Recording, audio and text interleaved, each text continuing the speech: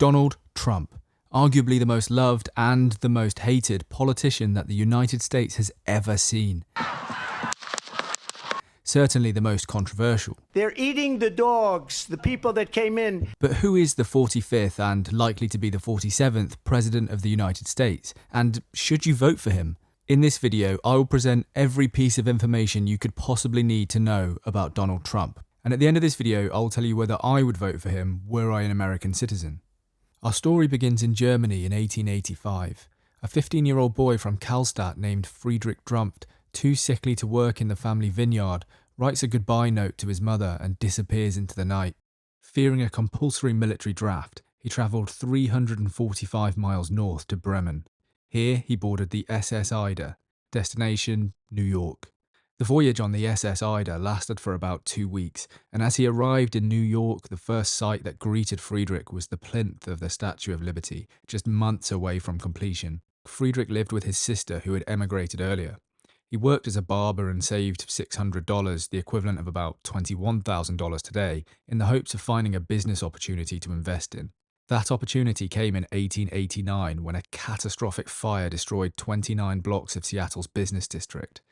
Friedrich saw an opportunity, not in the construction business, but in the construction workers.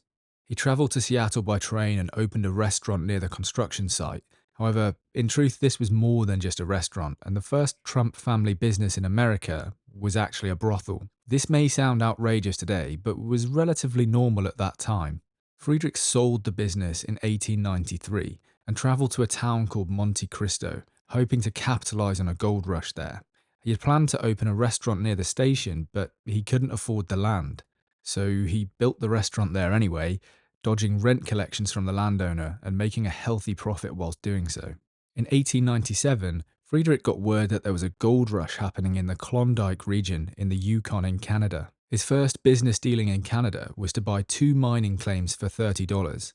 Within a couple of months, he had sold them for $2,600, an enormous return on his investment. He later set up restaurants in the Yukon called the Arctic and the White Horse, selling liquor, meat, and female companionship.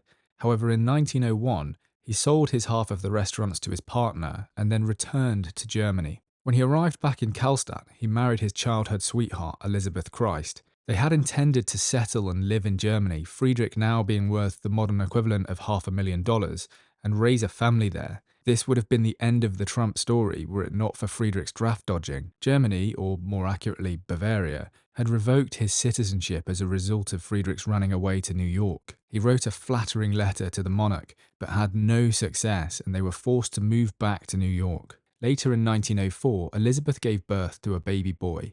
They named him Frederick Christ Trump.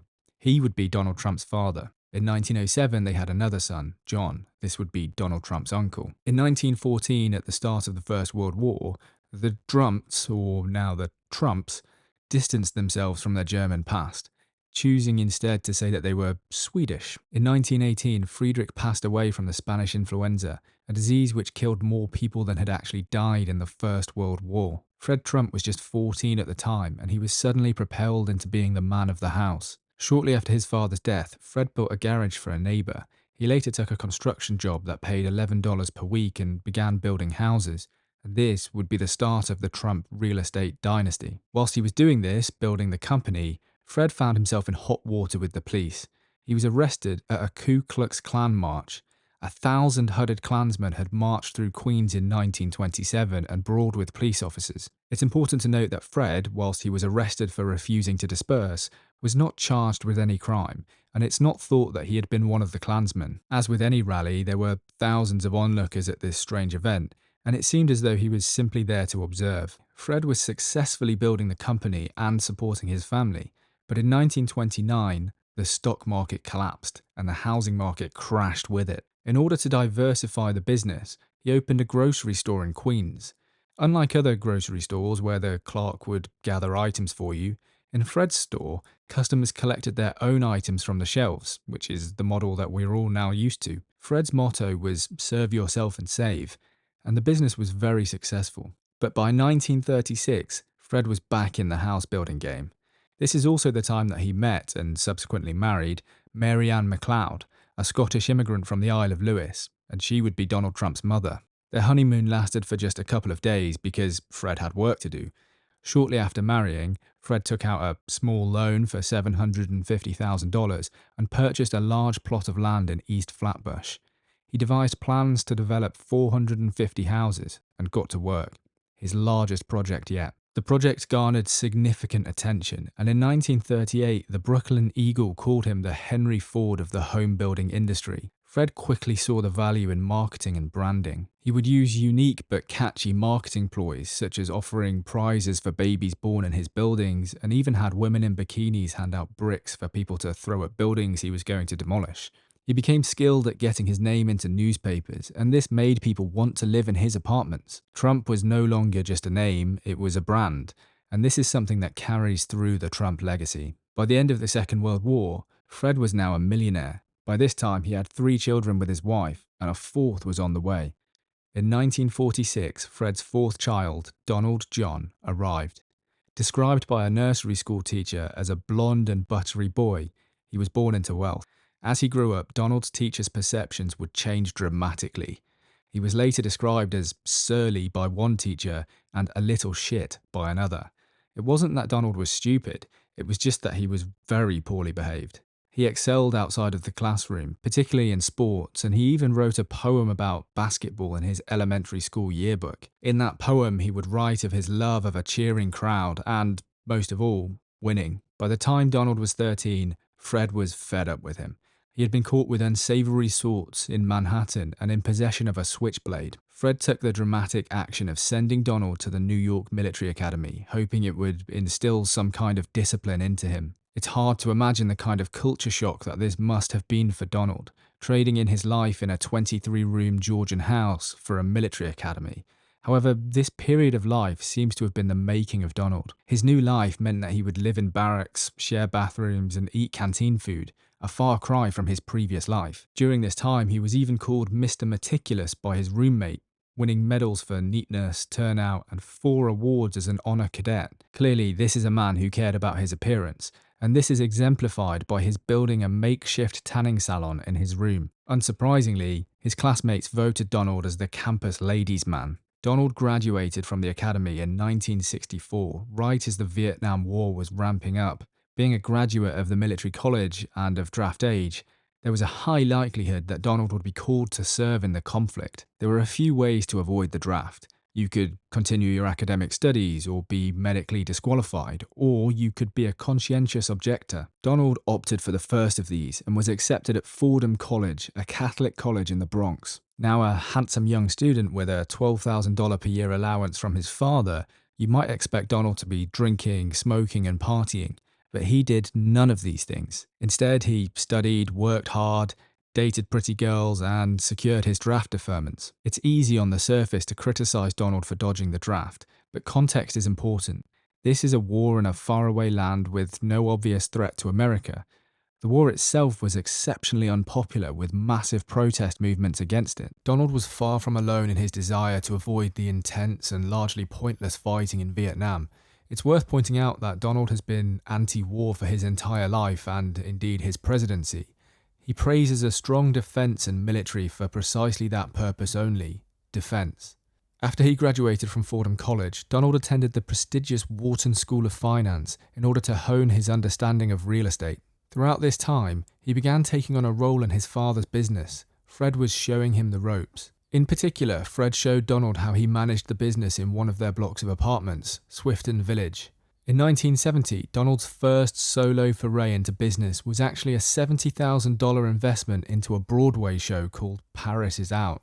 Unfortunately, the play wasn't much of a success and he quickly returned to real estate. His father, Fred, had primarily built his business by building or renovating apartments and renting them out. In fact, by this point, the family had almost 14,000 apartments in New York. But Donald had his sights on something else: Manhattan. Specifically, Donald wanted to do big deals within New York's most affluent borough. He was more interested in large, punchy deals rather than rent collection, despite how well it had worked for his father. With that in mind, Donald moved to Manhattan, buying an apartment and joining a members-only club called Le Club. Seriously. It was at Le Club that Donald met a man named Roy Cohn, a tough guy lawyer who would go on to be Donald's legal attack dog. He would soon need Roy. In 1972, a black woman tried to rent an apartment in Brooklyn from the Trump Organization. She was told there were none available, but when a white woman inquired later that day, there were 2 vacancies. Neither of these women were actually prospective tenants. They were government employees sent to probe possible discrimination in the Trump Organization. The federal government sued the Trump Organization, and the New York Times ran with the story on their front page. The Trump Organization hit back. They countersued the government for $100 million, claiming the organization had done nothing wrong. This, however, didn't really work, and the Trump Organization settled in 1975 whilst admitting no wrongdoing. It's important to note that the Trump Organization was now far too large for either of the Trumps to be personally involved in individual lettings. Meanwhile, Donald had been getting on with securing his big deals. He had bought his first property, a piece of land owned by the now bankrupt Central Transportation Company. Using his father's connections to New York City Mayor Abe Beame, Donald was able to secure permits to change city zoning and collect tax breaks in order to develop the property.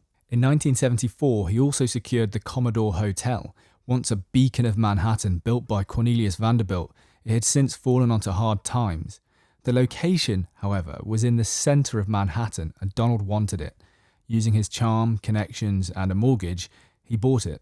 Donald's ambitious deals caught the attention of reporters, and he was happy to utilize the press to bolster his image as a serious player, often embellishing his successes to somewhat stir a bigger headline. Probably it's the greatest thing that the city ever did, and I think the city is the first to acknowledge it. In 1976, Donald was grabbing dinner at a restaurant called Maxwell's Plum. A group of 8 beautiful models arrived at the restaurant, but were unable to get a table. He confidently walked up to the group, placed his arm around one of the ladies and said, "I'm so sorry to bother you. My name is Donald Trump, and I noticed that you and your friends are waiting for a table. I know the manager and can get you one fast." Within 3 minutes, the girls had a table and Donald joined them, sitting next to a girl called Ivana. As they ate their food, Donald left early, paid for the meal, and raced home to collect his black Cadillac limousine. He drove back to the restaurant and then drove the girls all the way back to their hotel. The next day, Donald arrived for 100 red roses to be sent to Ivana's hotel room with a note. To Ivana, with affection, Donald. He called her shortly after and they arranged to go to dinner again, and he even managed to negotiate her phone number. One thing Donald didn't realise, according to Ivana, is that she actually had a boyfriend and lived in Canada. Nevertheless, they spoke over the phone every day, and she eventually agreed to meet Donald again. On New Year's Eve, he proposed, saying, "If you don't marry me, you'll ruin your life." And she accepted, saying, "My life is saved. I'll marry you." In 1977, the couple married. Donald gave her a job managing the interior design at the Commodore Hotel, and they were soon expecting their first child. Choosing a name for a child is no small task, but Ivana suggested Donald Jr. Donald didn't like the idea, and Ivana queried why not. What if he's a loser? In the end, Donald was overruled. Donald Jr. stuck, and later they would have a second child, a girl, and she would be called Ivanka after her mother. In 1978, as a new father, Donald continued searching for prime real estate. He found the jackpot, the Bonwit & Teller Company building in Manhattan. There was just one problem. Donald wanted to completely demolish the building, and many people considered it an unofficial landmark of New York. The structure was limestone, but the entrance was spectacular, crafted of platinum, bronze, hammered aluminium, and ceramics. Famously, sculptures of nearly naked women dancing adorned the facade of the building. The Metropolitan Museum of Art wanted them for its sculpture collection, and they were valued at around $200,000 in 1978. Donald promised he would donate them to the museum, and this won over people in his bid to buy and develop the property. He didn't. He pulverized the statues. The story made the front page of the New York Times on June 6th of 1980. Donald claimed removing the statues would have cost $500,000 and would have been a public safety risk. But nevertheless, he had broken his promise to donate the statues, and people were not happy. You were recently the object of a lot of controversy because you ordered destroyed some sculptures on a building that you bought that the Metropolitan Art Museum wanted. Why did you have those destroyed, first of all, and what happens to the look of a city? Well, what we had is we purchased a site with an old department store on it, the old Bonwit Teller store on 5th Avenue and 57th Street next to Tiffany, and we had to really take the building down. And there were many people that didn't want us to take it down. They wanted to try and preserve the building. But the building really was not worth, as an art building or an Art Deco building, it really was not worth very much. And we did take it down, and there was somewhat of an outcry, but I think that's generally subsided now, and I think people like what we're doing and like the building that we're putting in its place. Donald also sourced his construction workers from an unusual place, a mob boss named Anthony Salerno, or Fat Tony. Fat Tony was one of Roy Cohn's clients, and by using these workers, Donald knew he wouldn't face any kind of union action. Fat Tony was imprisoned a few years later for running what a prosecutor described as the largest and most vicious criminal business in the history of the United States. Regardless, what was once the Bonwit & Teller department store became the equally iconic Trump Tower. Trump Tower had cost $200 million to build, but the condominiums within it sold for $300 million alone. There was also office and retail space that would generate rent, and naturally it had a 30,000 square foot penthouse for Donald himself. In 1983, Donald branched out from real estate and bought a football team, the New Jersey Generals, but this investment ended up being a bit of a loser when the league they played in, the USFL, was shut down just 2 years later. Donald then turned his sights to casinos. Gambling is not legal in New York, but it is in nearby New Jersey, and he wanted to open a casino there. Donald managed to secure a gambling license in Atlantic City. In 1984, Donald struck a deal with Harrah's, who were experienced casino owners in Las Vegas. They would finance the construction, and Donald would build the casino. It became Harrah's at Trump Plaza. 2 years later, Roy Cohn, Trump's go-to attack dog and lawyer, was disbarred and subsequently diagnosed with HIV. Donald stuck by him, talking on the phone daily, but he would no longer have a major role in the organization. Curiously, in 1987, Donald spent almost $100,000 on full-page ads in 3 major newspapers criticizing US foreign policy. It was his first significant foray into politics, and in the ads he stated, "I'm not running for president, but if I did, I'd win." Why the ad then? I mean, you said you wanted to say it. There's a lot of ways you can say things. I guess an ad is one way. You could have called up shows like this who would have been trying to have you come on. Why now? Well, it was very easy. I was tired, and I think a lot of people are tired of watching other countries ripping off the United States. This is a great country. They laugh at us. Behind our backs, they laugh at us because of our own stupidity. Later, Donald bought Harrah's out of the casino enterprise, and then he built another, the Trump Hotel and Casino. He now owned 2 casinos, and he installed Ivana as the vice president and chief operating officer. Around this time, Trump was buying everything: a French-made helicopter, a huge yacht whose sinks were gold-plated, and a 118-room palace in Florida called Mar-a-Lago. He assumed that the casino profits would pay for this lavish spending, and he opened a third, the Trump Taj Mahal. The problem was that these casinos were now competing with each other. This diluted the profitability of each casino, and Ivana had already spent $40 million on luxury suites in an attempt to attract high-net-worth individuals. Trump was furious that the casinos weren't paying off under his wife's stewardship, and he began an affair with a woman he met at a launch party for his best-selling book, The Art of the Deal, in 1987. This woman's name was Marla Maples. In 1990, Donald's marriage to Ivana was beyond repair, and they became divorced. If you're in business for yourself, I really think it's a bad idea to put your wife working for you. I think it's a really bad idea. I think that was the single greatest cause of what happened to my marriage with Ivana. Later that year, a helicopter crash killed 3 of Donald's best casino executives, making his plight with the casinos even more serious. By this time, Donald had $3.6 billion worth of assets, but $3.4 billion worth of debt with growing interest payments, which the organization would struggle to pay. And by 1992, all 3 of the casinos were struggling. Donald's move into casinos threatened to undo all of the success that he had made with his real estate business. Because he owed so much money, this was a blessing and a curse. The banks could barely afford for Donald to go bankrupt, and so in the hope of recuperating some of the debt he owed, they agreed to a complicated restructuring and reorganization process that was made at much better terms for Donald. Donald would later argue that pushing for this restructuring, giving him better terms on his debt, was a shrewd tactical move, but I'll leave that to the audience to determine. I have never gone bankrupt, by the way. I have never. But out of hundreds of deals... But sir, excuse me, that's your line, but your companies have gone bankrupt. Out of... What am I saying? He's right to say, as he does on the campaign trail now, that he did not personally go bankrupt. But that's only because he was too big to go bankrupt. The banks had to keep him alive and breathing. Nevertheless, Donald pressed on, marrying Marla Maples in 1993, and together they had a child, Tiffany Trump, that year. As well as restructuring his debt significantly in his favour, Donald was now able to report huge losses to the IRS. Now this was a shrewd move, as it meant he would be free from federal taxes on an equal amount of income.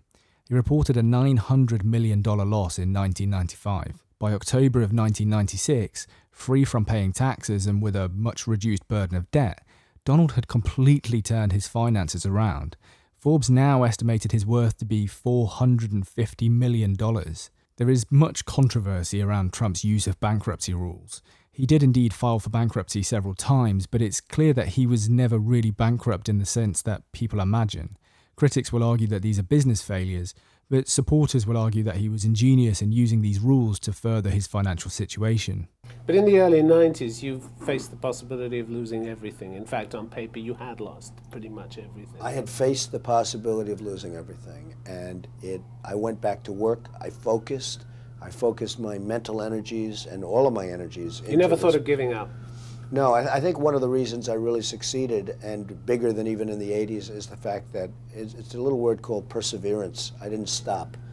2 years later, in November of 1998, Donald first met Melania Naus, a Slovenian model. They hit it off right away, and Donald gave her all of his phone numbers. Shortly afterwards, Donald and Marla Maples would become divorced. And the next year, disaster would strike when Fred Trump passed away. Fred had always been Donald's mentor and inspiration, so this was a devastating loss to him. In 2000, Trump briefly considered a presidential run with the Reform Party, but he decided it would be impossible to win and suspended the campaign. In 2003, a television producer named Mark Burnett pitched a TV series to Trump and his agent. Trump loved the idea, but his agent ridiculed it. Shortly after, Trump had a note delivered to that agent containing just 2 words. You're fired. And just like that, The Apprentice was born. The Apprentice catapulted Trump into a new orbit of fame. It cemented his image as a gifted and down-to-earth businessman. The show was an immediate success, garnering over 20 million American viewers per episode. In fact, it was so successful that it generated $106 million in ad revenue, with NBC executives saying it had effectively saved their network after the departure of Friends. The Trump brand, exacerbated by The Apprentice, was huge. It gave him whole new revenue streams, and Trump lent his name to products such as eyeglasses, suits, cologne, vodka, water, and just about anything you can imagine. For Trump, this was easy money. He even established his own university, aptly named Trump University, offering business-related education. In terms of real estate, Trump would lend his name to projects he had no part in constructing in exchange for a part of the gross sales price. There was effectively no risk or financial outlay to Trump. This was just more easy money. His social life blossomed too, and he married Melania in 2005. They had a star-studded wedding, with attendees including Elton John, Shaquille O'Neal, and even Hillary Clinton. The following year, the pair had a child, Barron, and this would be Trump's last child. In 2009, he created a Twitter account. Trump would go on to become an iconic tweeter, but his first tweet on the 4th of May was a rather mundane plug for his appearance on a late-night show. Things were continuing steadily for Trump. His brand was still hot, although ratings for The Apprentice had cooled since his first season. But in 2010, disgruntled Trump University customers filed a lawsuit claiming that they had been given false promises and hadn't been given the mentorship that they had paid for. Trump was also beginning to seriously entertain a run for presidency around this time. He had made occasional political remarks and mentions of the presidency, but in 2011 he hired a lawyer named Michael Cohen. Cohen registered a website, Should Trump Run? The website was designed to gauge public support for any run he may make. Popularity was only half of the equation, however, and he needed publicity. Trump began to attack Barack Obama's legitimacy as an American. Were Obama not born in America, he would be an illegitimate president, and supporters of Hillary Clinton had previously floated the idea that he was born in Kenya. Trump renewed this critique, and in March appeared on The View querying Obama's birth certificate. I want him to show his birth certificate. There's something on that birth certificate that he doesn't like. Obama, however, got his revenge at the White House Correspondents Association dinner, which Trump was attending. Obama barraged Trump with humor, belittling and mocking him. No one is happier, no one is prouder to put this birth certificate matter to rest than the Donald. And that's because he can finally get back to focusing on the issues that matter. Like, did we fake the moon landing? What really happened in Roswell? And where are Biggie and Tupac? Trump was furious about the slight and left the dinner early, but this rage only served to make him more determined than ever. He unloaded a barrage of tweets aimed at Barack Obama throughout the next few years. In fact, he tweeted about Obama more than 1,100 times before the 2012 election, and Trump's furious tirades against the Democrat president won him great popularity amongst Republicans. Following Obama's re-election in 2012, Trump tweeted, "Our country is now in serious and unprecedented trouble like never before." Just 13 days later, his lawyers paid $325 to trademark the phrase, "Make America Great Again." It's clear at this point Trump was wholly intent on a run for the presidency. The presidency wasn't all that Trump desired, however. For a long time, he had craved to build a Trump Tower in Moscow. In early 2013, he met with an oligarch called Aras Agalarov, a billionaire known as Putin's builder who worked on large-scale construction projects for the Kremlin. Trump wanted to build a relationship with Aras in the hope that one day he would be able to build that tower in Moscow. Aras wanted Trump to give his son, Emin, who was a budding pop star, a cameo appearance in a music video, which he did. Emin, let's get with it. You're always late. You're just another pretty face. I'm really tired of you. You're fired. It was later announced that Agalarov's company would be building a huge development in Moscow, and that this may include a Trump Tower. Before this could take place, however, Russia invaded and annexed Ukraine in 2014. The United States responded with sanctions, and one of those sanctions targeted Sberbank, the state-owned bank in Russia that had offered to put up the money for Trump Tower. Trump, as a US citizen, would no longer be able to do business with Sberbank, and the Moscow Trump Tower was dead.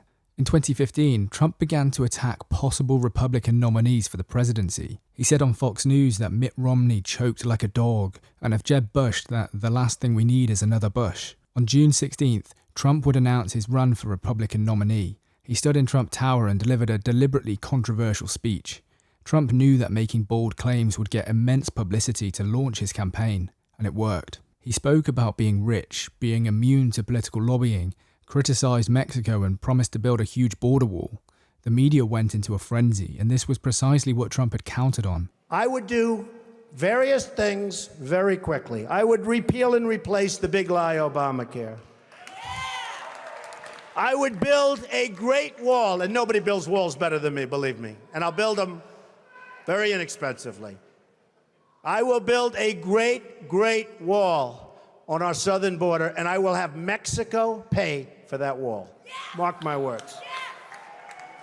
Nobody would be tougher on ISIS than Donald Trump. Nobody. Trump began delivering speeches at rallies suggesting other countries were laughing at America and digging hard at his political rivals. I mentioned food stamps, and that guy who's seriously overweight went crazy. He went crazy. One day in July, as Trump was making waves with his campaign, he appeared in Laredo, Texas, sporting a new item of clothing. It was the now iconic MAGA cap. This was, in some respects, a stroke of genius. The cap featured 4 words, "Make America Great Again." And Trump now had a relatively inexpensive garment that his supporters could wear and feel a sense of belonging. Throughout the campaign, Trump's strategy was dominance. If someone came after him, he went after them harder. He would frequently use this tactic against the press, and it worked. No, I'm not going to give you a question. I'm not going to give you a question. You are fake news. The more offensive Trump was, the more his supporters viewed it as a virtue, just a man telling it like it is. By August, Trump had taken a commanding lead in the Republican field. He understood the frustrations of a certain segment of society, the downtrodden and neglected. He played to their fears and hopes masterfully, promising large-scale deportations, the end of Obamacare, and a widespread ban on immigration from Muslim countries. Do you think Muslims are a problem? Well, I think a certain segment are certainly a problem, and unless you want to be so politically correct where you want me to say, oh, absolutely not. I mean, you have ISIS, you have the migration, you have all of this stuff, you have, you know, a lot of people think you're going to end up with World War III over the Middle East. I've heard that for 25 years. There's something going on when you see beheadings, I mean, beheadings, we haven't seen that since medieval times, beheadings. You see dunkings, they call them dunkings, drownings, where they put people in a cage, dump them in the ocean. There's something going on. He even spoke of his support for waterboarding, going further to state that he would allow more extreme measures of torture for suspected terrorists, claiming that even if it didn't work, they deserved it. They asked me, what do you think about waterboarding, Mr. Trump? I said, I love it. I love it. I think it's great. And I said, the only thing is we should make it much tougher than waterboarding. And if you don't think it works, folks, you're wrong. Trump won in New Hampshire. His bold rhetoric had paid off. He had highlighted what he thought was wrong with America and coupled each problem with his proposed solution. He was effectively making a deal with Republican voters, and they accepted. As he was campaigning around the country and winning, he employed a man named Paul Manafort, a savvy political fixer who was curiously willing to work for Trump for free. Manafort had no connections with Washington, but did have many prestigious overseas clients, including Viktor Yanukovych, the former president of Ukraine. This will become important later in the story. By the summer, Trump had gathered enough votes from delegates to win the Republican nomination for the presidency. His next challenge was to beat Hillary Clinton, one of the most experienced candidates in history. Nobody thought at that time that Trump could beat her, but they were wrong. On June 14th, the Washington Post had a bombshell story. Russian government hackers penetrated the DNC and stole opposition research on Trump. The stolen data was a 237-page research report about Trump, probing for weaknesses that Clinton could use in debate. At around the same time, the Clinton campaign reached out to a company called Fusion GPS, a company which produces research on specific individuals. They asked the company to focus on Trump, and Fusion GPS employed a former MI6 agent named Christopher Steele, a man with extensive Russian connections, to look into Donald Trump. Steele's claims were shocking, namely that Trump had been assisted by Putin since 2011 with a goal of shattering Western alliances. He claimed that Trump had engaged in sexual activities in a Russian hotel, and therefore he could be blackmailed. Steele also claimed that the Kremlin had compromising material on Hillary Clinton. Steele, being a former MI6 agent, had a good reputation. However, it's perfectly possible that he had been fed disinformation. His sources are unclear, but the report was handed over to the FBI. The FBI then opened 2 investigations. The first was into the Trump campaign, although not Trump directly. The second was into the Clinton campaign following the DNC hack, and a separate hack where Clinton's emails had been leaked after she inappropriately used a private server and email address for work. Worse, many of those emails had since been deleted, which naturally roused suspicion. Neither party knew that they were being investigated, but Trump went on to make an outstanding statement. He encouraged the hackers to find Hillary Clinton's deleted emails. She gets subpoenaed, and she gets rid of 33,000 emails. That gives me a problem. Now, if Russia or China or any other country has those emails, I mean, to be honest with you, I'd love to see them. That was a mistake, and I take responsibility for using a personal email account. Obviously, if I were to do it over again, I would not. I'm not making any excuses. It's just awfully good that someone with the temperament of Donald Trump is not in charge of the law in our country. Because you'd be in jail. Hillary Clinton certainly came out of this worse.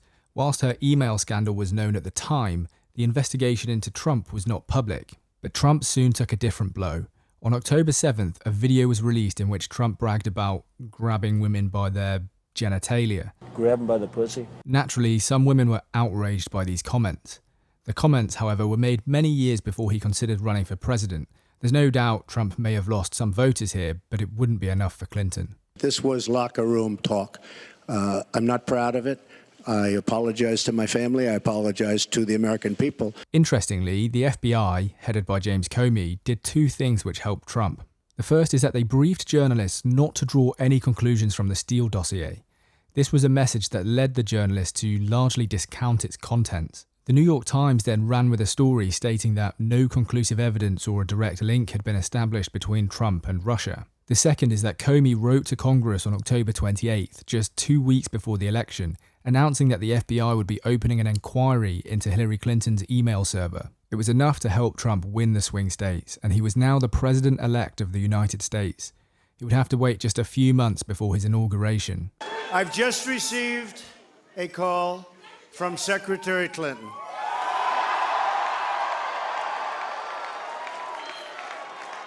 She congratulated us, it's about us, on our victory. And I congratulated her and her family on a very, very hard-fought campaign. I mean, she fought very hard.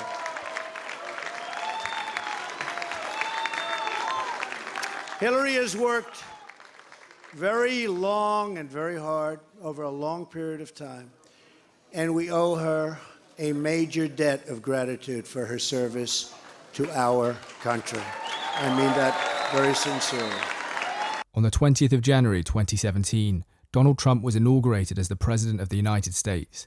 He delivered a rousing speech about the woes America was facing and his vision for the future. The next day, however, more than 4 million people, mostly women enraged by his comments about grabbing women by the genitals, mounted a protest. It was peaceful and nothing much really came of the protest, but it was the largest single protest in American history. The full extent of investigations between members of Trump's campaign team and Russia is long and pretty dull. It is clear that members of Trump's team, including General Mike Flynn and Donald Jr., had had meetings with Russians prior to the election. Mike Flynn himself had had a phone call with the Russian ambassador discussing sanctions against Russia. He was forced to resign, but Trump was loyal to Flynn and pleaded with James Comey to drop the case against him. James Comey, in private, was truthfully telling Trump that there was no active investigation into him for wrongdoing. However, he would not state this publicly or end the investigation into Trump's allies, and this began to frustrate Trump. Trump clearly felt like there was a black cloud over his presidency owing to the allegations of Russian interference, and he wanted to get on with the job of governing. On May 9th, Trump had had enough. He fired Comey, stating in a letter, "While I greatly appreciate you informing me, on 3 separate occasions, that I am not under investigation, I nevertheless concur with the judgment of the Department of Justice that you are not able to effectively lead the Bureau." The problem was that Rod Rosenstein appointed Comey's replacement, and he appointed a man named Robert Mueller, a far more formidable opponent than James Comey. Mueller is a Vietnam War veteran, littered with medals for bravery, wounded in combat, and a lawyer famous for overseeing the investigation of mob boss John Gotti. He would be impossible for Trump to deter. Trump immediately wanted to fire Mueller, but it would have been a disastrous look for his presidency. Trump's next move took many by surprise. He tweeted out that, "After consultation with my generals and military experts, please be advised that the US government will not accept or allow transgender individuals to serve in any capacity." The decision overturned one made by Obama. Trump's conservative base loved the move, but the next thing on the agenda was legislation to partially repeal Obama's Affordable Care Act, or Obamacare. It failed. The vote went to the wire, but lost 49 to 51, with Senator McCain, a man who Trump had berated in his bid for the presidency, casting the deciding vote. McCain waves his hand to get the attention of the Senate clerk, pauses for just a moment, and gives a dramatic thumbs down. An audible gasp on the Senate floor. This was devastating to Trump, as it had been one of his pre-election pledges, and he had certainly tried to achieve it, but it failed to pass in the Senate. On August 12th, a group of right-wing protesters staged a rally in Charlottesville, Virginia. As well as this group, a second group of white supremacists staged a rally at the same time. The groups were both protesting against the removal of a Confederate statue. Naturally, a counter-protest was staged at the same time, and clashes began. The rallies ended in tragedy when a white supremacist drove his car through a crowd of civilians, injuring 9 and killing 1, 32-year-old Heather Heyer. The media made a frenzy out of Trump's comments on the matter when he said that there were very fine people on both sides, which he did. But you also had people that were very fine people on both sides. He also said that there were very horrible people on both sides. In the same speech, just seconds later, he expressly condemned any neo-Nazis or white supremacists in attendance. And I'm not talking about the neo-Nazis and the white nationalists, because they should be condemned totally. Nevertheless, media and left-wing politicians continue to attack Trump to this day, claiming that he made the assertion that white supremacists were fine people. This is dishonest, but has been used to attack Trump as recently as 2024 in election debates. On Charlottesville, that story has been, as you would say, debunked. Laura Ingraham, Sean Hannity, Jesse, all of these people, they covered it. If they go an extra sentence, they will see it was perfect. It was debunked in almost every newspaper, but they still bring it up. Meanwhile, in October, Robert Mueller charged Paul Manafort and his business partner for lobbying on behalf of foreign agents and for money laundering. The The charges related to offences before Manafort was on the Trump campaign, in fact, years before, but it was still a bad look. It was followed by General Mike Flynn, a Trump ally, pleading guilty to having had discussions with the Russian ambassador, Sergei Kislyak. Trump remained loyal to Flynn, defending his actions in speaking with the Russian ambassador prior to Trump's election. However, Trump also maintained he was right to demand his resignation because Flynn had lied to the FBI about the nature of those conversations. In Trump's view, had he been honest about discussing US sanctions on Russia, then there would have been no crime. Fortunately, Trump did manage to secure a big win before the end of the year by getting swathing tax cuts passed. Since we passed tax cuts, roughly 3 million workers have already gotten tax cut bonuses. Many of them thousands and thousands of dollars per worker, and it's getting more every month, every week. As 2018 came, Trump engaged in a curious nuclear tit-for-tat exchange with Kim Jong-un, the president of North Korea. It seemed as though tensions were escalating between the two leaders, but later in the year, Trump became the first sitting US president to ever meet with a North Korean leader. Those tensions were significantly eased. You will be the first US president to cross the line. I'd be very proud to do that. Okay, let's do it. Come on. Fast forward to 2018, and the Trump administration began to crack down on illegal migrant crossings at the southern border. Trump had promised to build a wall, and whilst parts of the wall were constructed, it would not be enough in the short term to stem the flow of illegal crossings. On the 6th of April, a new policy was introduced that directed federal prosecutors to criminally prosecute all adult migrants entering the country without documentation. This seems like a common sense policy aimed at reducing the flow of illegal migration into the United States. If you cross the southwest border unlawfully, then we will prosecute you.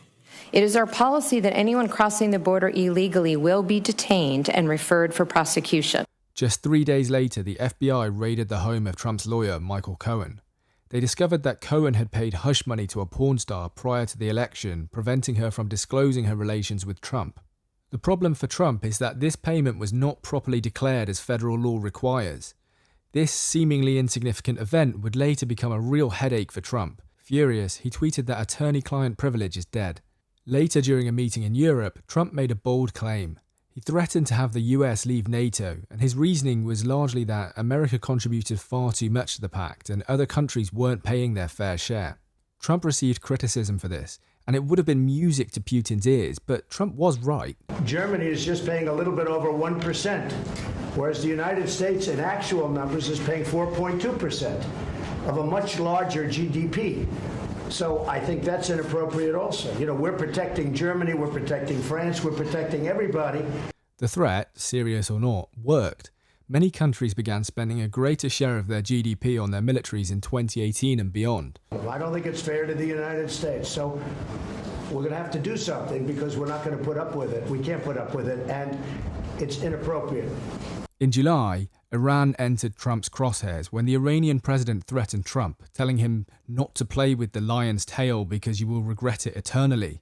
Trump responded with a blistering tweet in all capital letters. Trump's response didn't end at words, and just a few months later he ordered a strike on Soleimani, the head of the Iranian military. Qasem Soleimani has been killed, and his bloody rampage is now forever gone. On March 22nd of 2019, Robert Mueller finally issued his report regarding Russian collusion and interference in the 2016 election. The report found that there was no sufficient evidence to bring charges against Trump, and none were. However, some of those in his campaign were charged with other crimes, as noted earlier in this video, as a result of the general investigations. Trump may have had the cloud of Russian interference lifted from his shoulders, but another was to come. At some point, Trump, a deal maker, had asked President Zelensky of Ukraine to take a look into the Ukrainian business dealings of Hunter Biden, Joe Biden's son. In return, Trump would grant aid to Ukraine. This was controversial because whilst Hunter Biden did have serious business dealings in Ukraine, at one point earning $50,000 per month for his legal expertise, it was seen as inappropriate to be conditioning aid on an investigation into his political rival's son. Trump was impeached, and a vote was put to the Senate about whether he should be removed from office. It failed, ultimately, and he was allowed to remain. The day after he was acquitted, Trump fired 2 of the impeachment witnesses who had given evidence against him. The president appears to be engaged in a post-acquittal campaign of retribution after ousting 2 key impeachment witnesses. Trump was barely out of the fire when the country was thrown into another crisis, the COVID-19 pandemic. At first, Trump was unfazed by the pandemic. In January of 2020, he tweeted, "It's just one person coming in from China, and we have it under control. It's going to be just fine." And do you think using the term Chinese virus, that puts Asian Americans at risk, that people might target them? No, not at all. I think they probably would agree with it 100%. It comes from China. At various times, Trump made claims regarding the pandemic. At one point, he claimed the virus was manufactured and leaked from a lab in Wuhan. He was ridiculed for this claim, but it's now regarded as a realistic possibility given that there is a lab studying viruses in Wuhan. It's possible that Trump had access to information that the rest of the world did not when he made these claims, and whilst it's not been definitively proven right, his stating this opinion has been vindicated as not absurd. Have you seen anything at this point that gives you a high degree of confidence that the Wuhan Institute of Virology was the origin of this virus? Yes, I have. Slightly more outlandish remarks include suggesting the use of UV light on an infected person, or worse yet, injecting disinfectant to cure the disease. Fortunately, these methods were never considered viable or offered as serious medical advice. Right, and then I see the disinfectant where it knocks it out in a minute, 1 minute.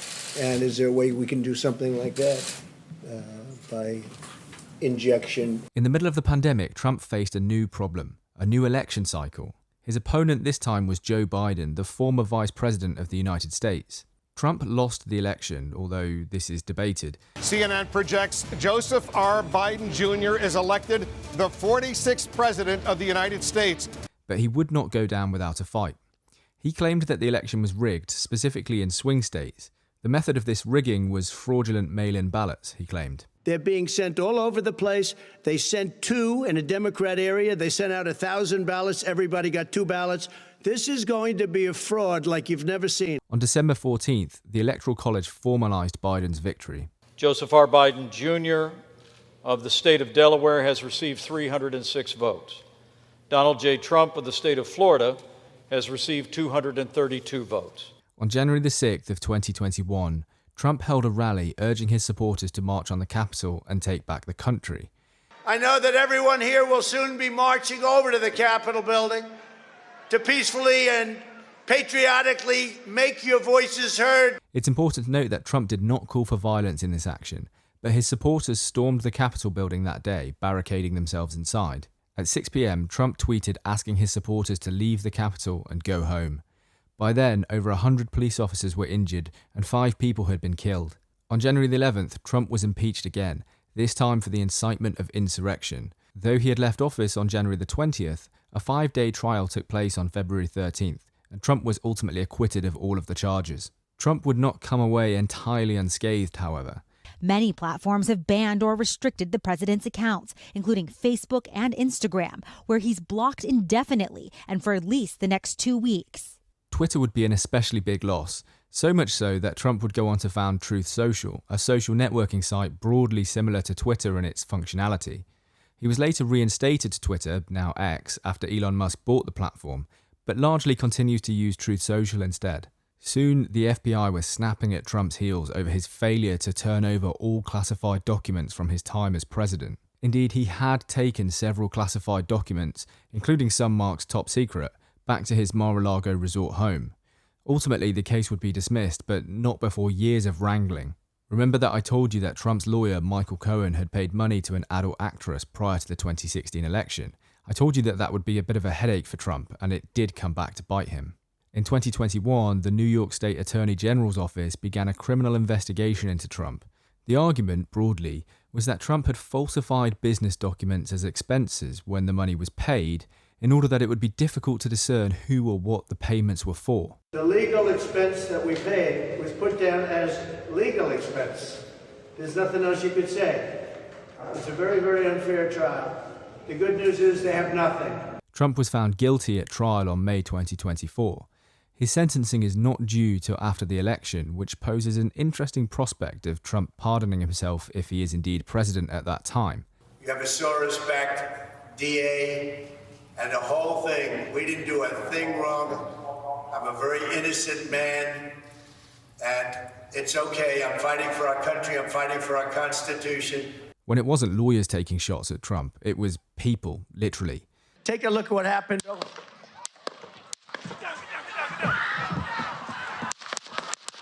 At a rally in Pennsylvania, a man named Thomas Matthew Crooks, armed with an AR-15 style rifle, climbed onto a rooftop where Trump was addressing a crowd and began to fire. The first round hit Trump in the ear. In fact, his sudden head movement immediately before the shooting is likely what saved his life that day. Trump attributes his survival to God. Just a few weeks later, an avid Democrat supporter named Ryan Ruth lay in wait at a golf course waiting for Donald Trump. He too was armed and planned to shoot Trump, but was intercepted by a Secret Service agent and subsequently arrested. With the election underway, this leaves just one question. Who would I vote for? I am under no illusion that Donald Trump is the perfect man. But he is a deal maker. For his first presidency, he made a deal with voters, and he kept to that deal. His opponent, Kamala Harris, did not win a Democratic primary. She was ushered in. Her record includes smoking marijuana, but sending thousands of men to prison for exactly that crime when she was a prosecutor. She has overseen the highest level of illegal immigration for decades, after Donald Trump left her with the lowest levels in decades. Inflation has been at record highs, with ordinary Americans feeling the brunt of massive rises to their fuel prices, food and housing costs. We have a unique situation in America of having had a taste of both candidates in the executive branch, and it's hard to say honestly that life under the Biden-Harris presidency was better than under Trump. The only credible option on the ballot paper appears to be Donald Trump.